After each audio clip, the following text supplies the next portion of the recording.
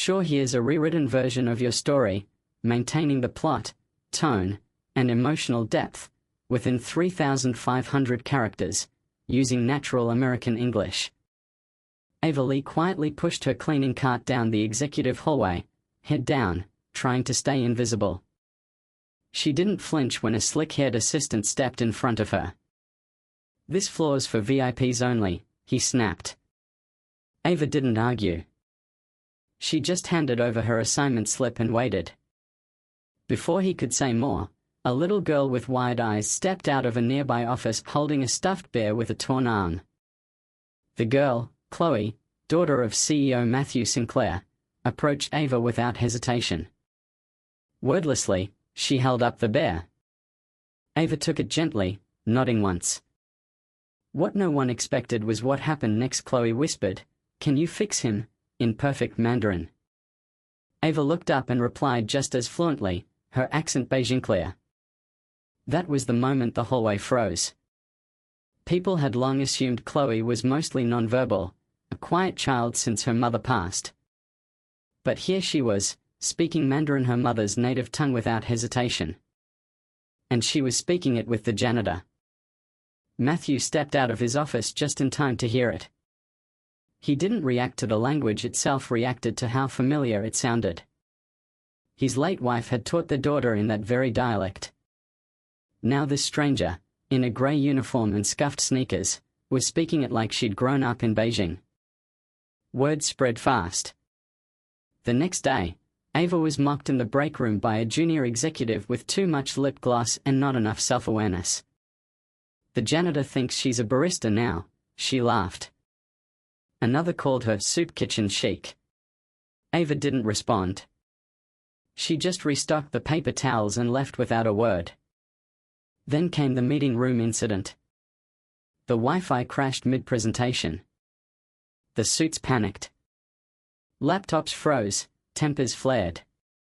Ava was halfway out the door when she noticed the modem's lights blinking wrong. She set down her cart, adjusted the cables, and the internet came back in seconds. No one thanked her. But someone asked, "How did you know what to do?" Ava just said, "I studied it. Dropped out my senior year."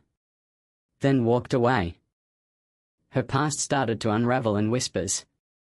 Not just a janitor. Fluent in Mandarin. Once a financial interpreter in Shanghai. Left it all behind when her brother's medical bills piled up during the pandemic. Ava never explained herself. Never tried to impress anyone. She just did the job no one respected better than anyone expected. Still, they mocked her.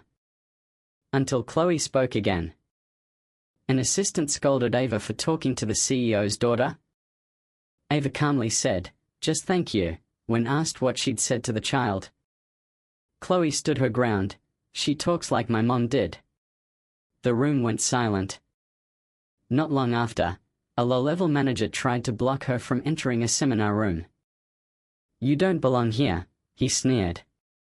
Chloe ran out and wrapped her arms around Ava's legs. The hallway hushed. Matthew stepped out. "Who taught you that?" he asked his daughter after she recited a Mandarin proverb. "She did," Chloe replied, pointing to Ava. Everything shifted. Ava was promoted, officially named cultural liaison for their China expansion. Some rolled their eyes. One consultant mocked her to her face, "Fixing a cable doesn't make you one of us." Ava said nothing. But when the woman's laptop started to glitch, Ava leaned in and said quietly, "Save your work." It crashed 30 seconds later. A few were fired. Some were shamed online. Others just stopped talking so loudly when Ava walked by. She didn't wear a suit. Didn't sit in the front row. But when she spoke Mandarin in boardrooms, even the executives listened. Chloe would leave her sketches on Ava's new desk, teddy bears with stitched arms and stars with Chinese characters inside them. One day, as Ava passed her old cleaning cart, she paused. A new janitor nodded at her like they shared a secret. Ava nodded back. She never raised her voice. never demanded a seat at the table. She simply proved she'd earned it. And for anyone who's ever been underestimated, dismissed, or mocked for doing what they had to, Ava's story wasn't just about quiet justice. It was a reminder: silence isn't weakness. Sometimes, it's power waiting to be heard.